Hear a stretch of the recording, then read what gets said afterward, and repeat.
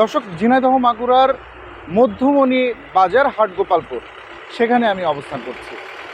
এই হাটগোপালপুর বাজারের পশ্চিম থেকে পূর্ব মাথা পর্যন্ত রাস্তার যে বেহাল দশা, সেই বেহাল দশার কারণে হতাশাগ্রস্ত এবং ক্ষতিগ্রস্ত এই এলাকার স্থানীয় মানুষ এবং জনসাধারণ।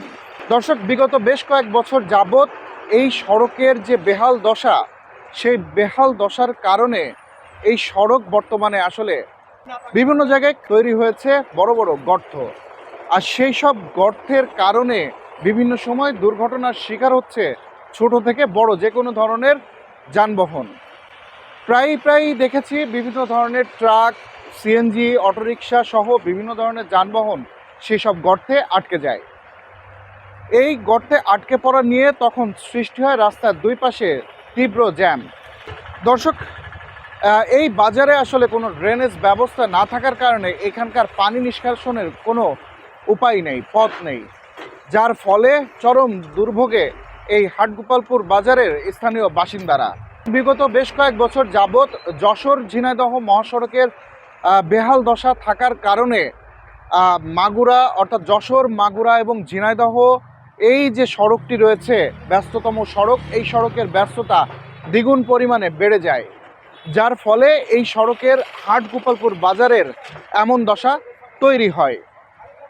দর্শক, আমরা আরও দেখেছি বর্তমানে ঝিনাইদহ থেকে যশোরের যে মহাসড়কটি রয়েছে সেই সড়কটি সংস্কার করা হয়েছে, কিন্তু তারপরেও এই সড়কের যে চাপটা, সেই চাপটা এখনো পর্যন্ত বেড়েই চলেছে। আর এই যে সড়ক, এই সড়কের দিন দিন বিভিন্নভাবে ক্ষতিগ্রস্ত হচ্ছে এবং স্থানীয় ব্যবসায়ীরা সব থেকে বড় ক্ষতিগ্রস্ত হচ্ছেন। তারা আসলে প্রতিনিয়ত তাদের যে যেমন রাস্তার দুই ধারে বিভিন্ন প্রকার রাইস মিল, গোডাউন সহ বিভিন্ন মিল ফ্যাক্টরি, কলকারখানা রয়েছে। সেই সকল কলকারখানারা শ্রমিক নিয়ে ধান, চাল, গম, ভুসি, বিভিন্ন ধরনের মালামাল তারা কিন্তু সংগ্রহ করতে পারছেন না। এবং এই হাটগোপালপুর বাজারে কিন্তু আমরা একসময় দেখেছি দূর দূরান্ত থেকে ব্যাপারীরা আসতেন, বিভিন্ন জিনিসপত্র অর্থাৎ তাদের যে মালামাল, কাঁচা মালামাল, সেই মালামালগুলো কিন্তু এখান থেকে সংগ্রহ করতেন। বর্তমানে কিন্তু তাদের উপস্থিতি কম এবং এখানে কিন্তু আসলে চরম বিপাকে পড়েছে স্থানীয় ব্যবসায়ীরা।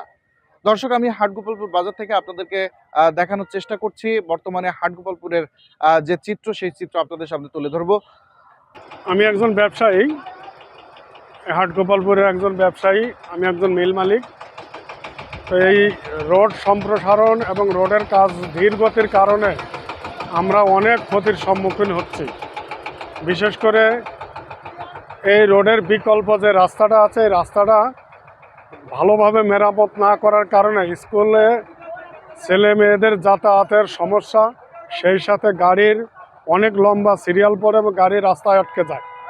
আর বিশেষ করে আমরা ব্যবসায়িকরা এই রাস্তার ধীরগতি কাজের কারণে আমরা ব্যবসায়িক মহল ব্যবসা করতে পারছি না। আমাদের এখানে অনেক শ্রমিক কাজ করে, সেই শ্রমিকদেরও কাজকর্ম দিতে পারছে না এবং শ্রমিকরাও অনেক ক্ষতির সম্মুখীন হচ্ছে। তারা প্রতিদিন যে হাজিরা পায়, সে হাজিরা দিয়ে তাদের সংসারের যে জীবন নির্বাহ সেটা করতে তারা পারছে না। তো আমরা ঊর্ধ্বতন কর্তৃপক্ষের কাছে দাবি জানাচ্ছি এটাই, যে হাটগোপালপুর বাজারে যে রাস্তার যে সড়ক নির্মাণের কাজ চলছে, এটা যেন আরও দ্রুত গতিতে হয় এবং বিশেষ করে এই রাস্তার সংলগ্ন যে ড্রেনেজ ব্যবস্থা, সেই ড্রেনেজ ব্যবস্থাটা অতি দ্রুত এটা কার্যকর করার জন্য এবং সেই সাথে এই রাস্তাটা আরও পূর্ব এবং পশ্চিম, বিশেষ করে মাগুরা থেকে ঝিনাইদহ অভিমুখে এই রাস্তাটা আরও সম্প্রসারণ করার জন্য আমরা ঊর্ধ্বতন কর্তৃপক্ষের কাছে আকুল আবেদন করছি। সমস্যা আমার দায়িত্ব কিছু গাড়ি সাইড করে লাইনটা ক্লিয়ার রাখার জন্য, যাতে কোনো যানজটটা না হয়। তারপরেও বৃষ্টি বাদল একটু সুবিধা অসুবিধা হতেই পারে, তারপরেও আমরা দাঁড়াইছি। আমরা দাঁড়াই থেকে আর কি আমরা এইটা মেনটেন করছি যে আমরা গাড়িটা লাইনটা ক্লিয়ার। তারপরেও দূরত্ব গাড়ি আছে, যাতে পরিবহনের গাড়ি আছে, অনেক ব্যাপারী অটোর গাড়ি আছে, টাকার গাড়ি ছাড়তে হয়, আবার ওই সাইড থেকে একটা বের করে, মানে আমরা ফোনের মাধ্যমে ওই সাইড থেকে বন্ধ করে এই সাইড ছাড়ি, এই সাইড বন্ধ করলে ওই সাইড ছাড়ি। অর্থাৎ রাস্তায় আমরা কোনো যানজট করতে দিচ্ছি না। আরেকটা বিষয়, দুটো রাস্তা বসে যায়, ভাঙে জাম বাঁধে, প্রচুর জাম। ও জামের কারণে গাড়ি মালি উল্টে যাচ্ছে। এর আগে দুজন ট্রাক উল্টে গেছে, উল্টে মুখে নিয়ে গেছে, মেলা সমস্যা আর কি এই জায়গায়। ভোগান্তি শেষ আছে নাকি বলেন? জাম বেঁধে গেলে অনেক সময় 1 ঘন্টাও থাকে, আধা ঘন্টাও থাকে, আবার অনেক সময় ক্লিয়ারও থাকে।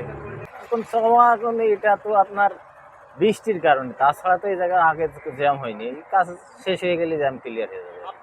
আপনার খালি এই রাস্তা না, এই রাস্তার আপনার অঞ্চল রাস্তা আপনার উত্তর সাইডে দক্ষিণ সাইডে যে গ্রাম রাস্তাগুলো সব বাদ হয়ে আছে। তারপর ছেলে বেলে বাসাতে বেরোতে পারে না আপনার গাড়ি ঘোড়ার জন্য, রাস্তা ভেঙেছিল সংকটের। তারপরে আপনার এই বাজারের 2 সাইডে আপনার ড্রেনের প্রয়োজন। বাজারটা আপনার বড় বাজার, কুমা বাজার না।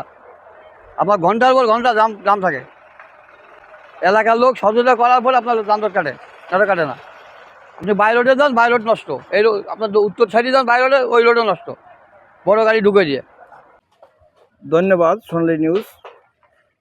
আজকে 2 মাস যাবৎ হাটগোপালপুর বাজার, ঝিনাইদহ এবং মাগুরা মাঝখানে একটা বড় বাজার। এটা একটা যেমন শৈলকুপার আশেপাশে একটা থানা, এই সেই হরিণাকুণ্ডু, সেই হিসাবে কিন্তু গোপালপুর বাজার অনেক বড়। এখানে একটা থানা দেওয়া উচিত। তারপরে সে প্রসঙ্গে বলছি, আজকে 2টা মাস যাবৎ যে দুর্যোগে আমরা আছি, ব্যবসা বাণিজ্য কোনো কিছুই করতে পারছি না, অচল হয়ে যাচ্ছে। এমনিও আমাদের ব্যবসাটা আছে বেশ কয়েক বছর ধরেই সব ব্যবসায়ী নিম্ন গতিতে। তো ঘটনা হয়েছে কি, সামনে একটা পাটের সিজন আসবে, হয় আর 15 দিন 20 দিন আমরা কোথায় পাট উঠবে, আমরা কোথায় কিনবো, কোথায় কি করব, সে কোনো পরিবেশে পাচ্ছি না। খুব দুর্যোগে আমরা আছি। দেখেন লক্ষ লক্ষ টাকা ইনভেস্ট করেছি, কোনো ব্যবসা কিনা নাই। কী করবো, কত কর্মচারী আছে, কর্মচারীদের নিয়ে আমাদের করে বেতন দেবো, নিজে আহার গোছাবো, কোনো কিছু পাচ্ছি না। তো এখন এই যে আমাদের বাজারে যে অবস্থা, দ্রুত গতিতে আমাদের 2 পাশে ড্রেনের দরকার। আর একটা ড্রেনের কারণেই আজকে রাস্তাটা বড় আকারে ক্ষতি হচ্ছে। তা আমি মনে করি যে যেতটুকু হাফ কিলো রাস্তাটা হচ্ছে, হাফ কিলো রাস্তায়ও ভালো সুফল বয়ে আসবে না। যেখান থেকে করতেছে ওই সোনালী ব্যাংক থেকে পার হস্তামাতে হলে একটা সমদস্য হইতো। এই যে রাস্তা দেখেন কি বেহাল অবস্থা, কিভাবে জনগণ চলে, কিভাবে কি হয়, এটা কোনো ভাষায় প্রকাশ করতে পারছে না। একটি সড়ক নষ্ট করছে আরও বেশ কয়েকটি সড়ক। স্থানীয় বাসিন্দারা চায় দ্রুত এই রাস্তার সংস্কার করা হোক, এবং ব্যবসায়ীরা বলছেন যে দ্রুত এই রাস্তার সংস্কার করা না হলে আমরা চরম ভোগান্তিতে পড়ব এবং আমাদের পরিবারগুলো না খেয়ে থাকবে। খান অনু, সোনালী নিউজ, ঝিনাইদহ।